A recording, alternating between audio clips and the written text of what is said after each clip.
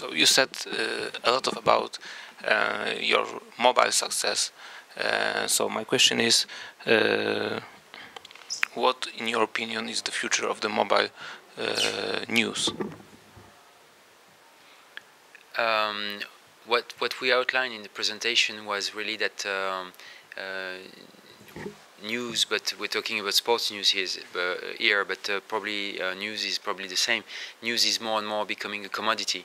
So what really matters is what the wrapping, the service you put around the news to make it more attractive to your customers, to your readers.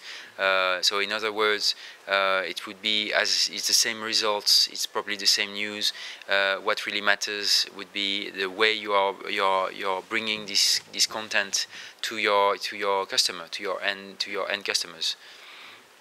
So you think that this success will be the same in the other parts of the Europe, or it is a specific, maybe cultural? I think brands have a great role to play in that regard. I think the customer loyalty to a brand would really lead him to go directly, first of all, to a brand. We were talking about L'Équipe, but we're talking about brands that are specific to every country.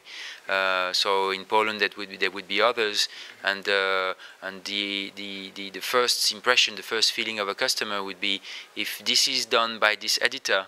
And for example, for Gazeta Wyborcza in Poland, it should be great content, and the wrapping around it, the service, should be great. So maybe I'm ready to buy it and to be a loyal customer and to this digital service as well.